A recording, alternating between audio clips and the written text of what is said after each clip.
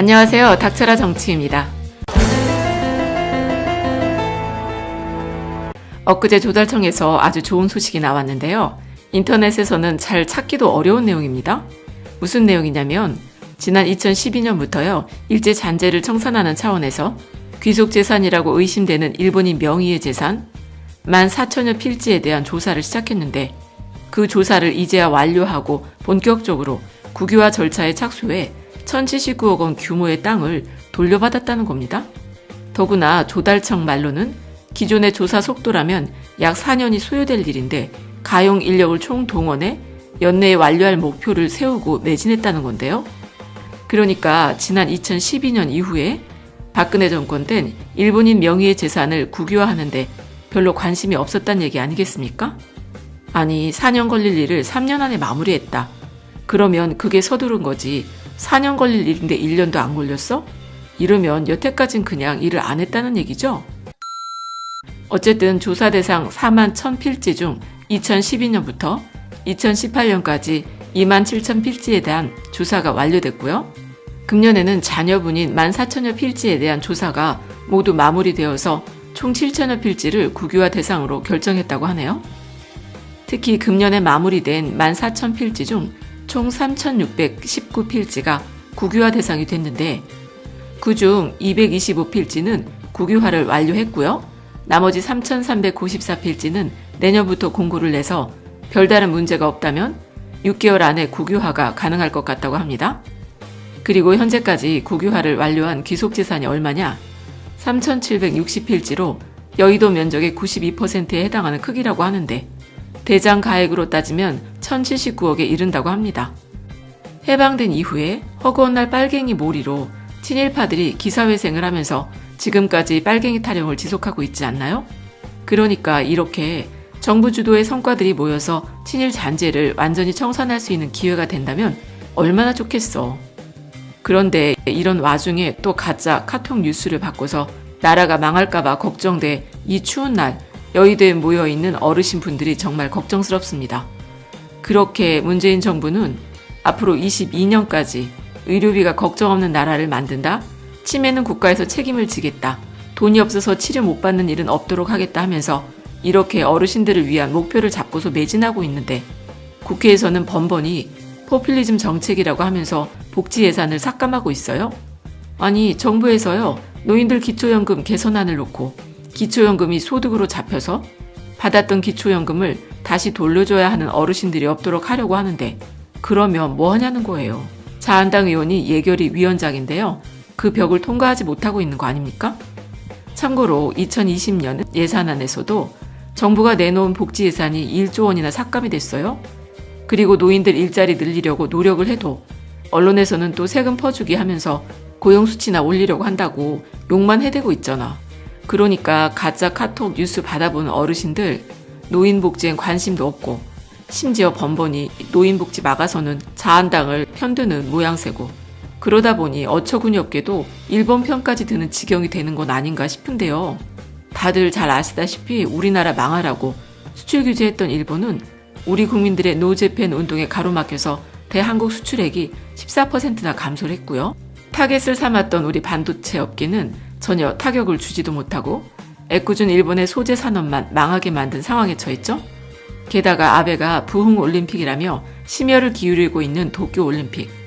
이 올림픽의 상징이라는 마라톤 개최지를 삿포로로 바꿔서 이게 도쿄올림픽인지 삿포로올림픽인지 모르게 생겼고 심지어 수영선수들까지 물이 너무 뜨겁다고 더럽다고 하면서 개최지를 바꿔달라고 요구하는 상황까지 왔어요. 또 일본에선요. 내년 도쿄올림픽을 준비하면서 5G를 상용화 시켜본다며 자기네가 최첨단 기술 올림픽을 열겠다고 하면서 올림픽 개최지가 확정되면서부터 떠들지 않았습니까? 그런데 뭐 기술이라는 게 하루아침에 하늘에서 뚝 떨어지는 건가요? 하지만 우리나라에서는 작년 2018년 평창올림픽에서요. 5G 이동통신이나 사물인터넷, 초고화질 4K UHD 상용 서비스, 그리고 더 나아가 8K UHD 시범 서비스를 추진하기도 했었죠.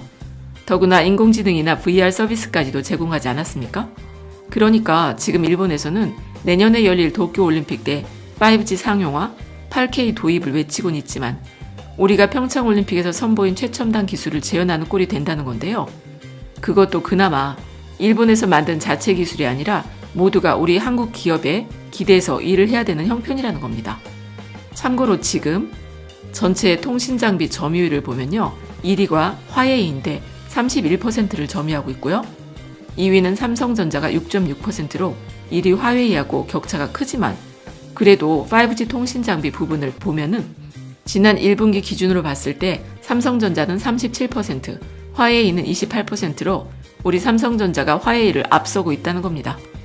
그리고 다들 아시다시피 트럼프가 콕 찍어서 화웨이를 쓰지 말라고 여러 동맹들에게 말하고 있고요. 또 엊그제 16일 미국 하원에서는 화웨이 장비 구매 금지 법안이 만장일치로 통과가 되면서 앞으로는 정말 중국의 화웨이 통신 장비를 사용하기는 점점 껄끄러워지겠죠. 그러니까 일본에서도 우리나라에 물건을 파내 마내 하는 이런 상황에 미국 눈치가 보이니 어쩔 수 없이 삼성에 손을 내밀어야 하는 것 아니겠습니까? 그래서 일본의 2위 통신업체인 KDDI에서요. 5G 장비 공급업체로 삼성전자를 선정했다는 겁니다. 그러니까 이 일본의 통신장비 업체 KDDI는 앞으로 2023년까지 일본 전역에 53,626개의 5G 기지국을 구축하기로 하면서 삼성전자와 핀란드의 노키아, 스웨덴의 에릭슨을 5G 공급업체로 선정했다고 합니다. 그리고 전체 장비 공급 규모를 보면은 5년간 약 20억 달러?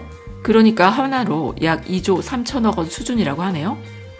그리고 또 일본의 총무성에 따르면 이 KDDI와 일본 내 1위 통신 기업으로 알려진 NTT 도코모, 그리고 소프트뱅크, 라쿠텐 모바일 등 일본 내 4대 통신 기업이 앞으로 5년간 5G 인프라 확충을 위해서 3조엔, 우리 돈으로 33조 원 정도를 투입하기로 했다고 하니까 5G 장비 업체 중에서 세계 1위 점유율을 달성하고 있으며 기술력까지 가진 우리 삼성전자가 미국에서 화웨이를 견제하는 틈을 타 일본 통신 시장을 빠르게 선점해 나갈 수 있지 않겠습니까?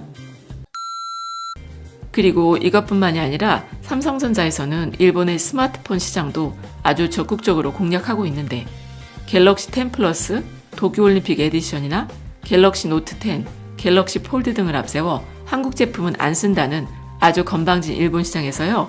지난 2분기에 점유율 9.8%를 차지하게 되면서 애플의 뒤를 이어 2위를 기록하기도 했었죠.